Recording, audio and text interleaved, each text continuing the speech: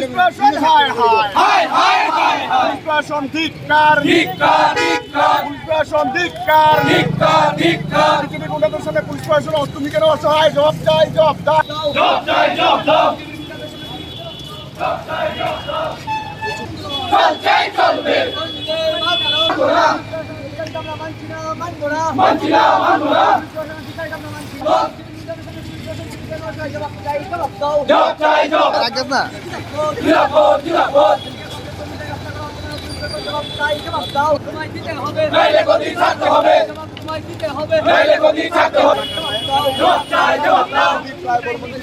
দেখুন আজকে ত্রিপুরা প্রদেশ যুব কংগ্রেসের যে বিক্ষোভ র্যালি, তার র্যালির মাধ্যমে আমরা পুলিশকে প্রশ্ন করতে চাই, পুলিশ কেন তুমি বিজেপির গুন্ডাদের সামনে অসহায়, আর কেন তুমি বিরোধীদের জেলে পাঠাও মিথ্যা মামলায়?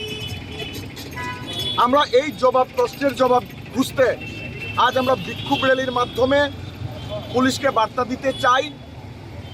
বিজেপি সরকার চিরস্থায়ী থাকবে না, তাই পুলিশের কাছে বিনম্রভাবে আবেদন করছি যে একাংশ পুলিশ অফিসাররা আমাদের কংগ্রেস কর্মীদের নেতাকর্মীদের উপর নির্মমভাবে অত্যাচার চালাচ্ছে সারা রাজ্যে। আপনারা দেখেছেন বিশালগড় মহকুমায় যে এসডিপিও সাহেব রাহুল দাস আছেন, উনি প্রতিনিয়ত বিরোধী দলের নেতাকর্মীদেরকে মিথ্যা মামলায় ফাঁসিয়ে দিচ্ছেন। এই এসডিপিওর জুরিডিকশনে বিশ্রামগঞ্জে আমাদের সর্বভারতীয় সম্পাদিকা জড়িতা লাইটলঞ্জি, আমাদের প্রাক্তন বিধায়ক আশিস কুমার সাহাজির উপর আক্রমণ হয়েছে। মামলা করা সত্ত্বেও পুলিশ একজনকেও গ্রেপ্তার করেনি। অথচ এই বিশালগড়ের যুব কংগ্রেস, বিশ্রামগঞ্জের যুব কংগ্রেস যখন সাংগঠনিক প্রোগ্রাম করতে গেছিল, তখন বিজেপি আমাদেরকে আক্রমণ করে, পুলিশ সমোটো মামলা নিয়ে আমাকে সহ আরও 4 জনকে গ্রেপ্তার করে। অথচ পুলিশের সমোটো মামলায় দুই পার্টির ক্লেশ হয়েছে, কিন্তু পুলিশ তার সমোটো মামলায় বিজেপির কাউকে রাখেনি। গত 2 দিন আগে বিশালগড়ে আপনারা বিডিএম নিউজ চ্যানেলের মাধ্যমে সারা রাজ্যবাসী দেখেছে কংগ্রেস বিজেপির মধ্যে ক্লেশ হয়েছে। এই এসডিপিও রাহুল দাসের নেতৃত্বে সমোটো মামলা নেওয়া হয়েছে শুধু কংগ্রেস কর্মীদের উপর, কিন্তু একজনও বিজেপি কর্মীর বা বিজেপি নেতার উপর মিথ্যা সমোটো মামলা নেয়নি পুলিশ, এবং কাউকে গ্রেফতার করেনি পুলিশ। আমাদের নেতাকর্মীরা যারা ইনভলভ ছিল না, যারা ওখানে ক্লেশে ছিল না, ওদেরকে পর্যন্ত বাড়ি থেকে তুলে এনেছে। এবং যে ফুটেজে বিজেপির নেতাদের স্পষ্টভাবে দেখা যাচ্ছে তাদের বিরুদ্ধে মামলা নেয়নি পুলিশ এবং তাদেরকে গ্রেফতারও করেনি। আমরা এই পুলিশের এই দ্বিচারিতা মানছি না। এবং এই যে দলদাস এসডিপিও, যিনি খাকি বর্দি পরে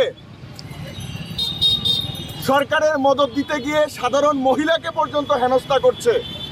আপনারা দেখেছেন সমোটো মিথ্যা মামলায় ফাঁসিয়েছে আমাদের একজন কংগ্রেস কর্মীকে, তার বাচ্চা এবং তার ওয়াইফকে থানায় নিয়ে বারবার প্রতিদিন হেনস্থা করছে।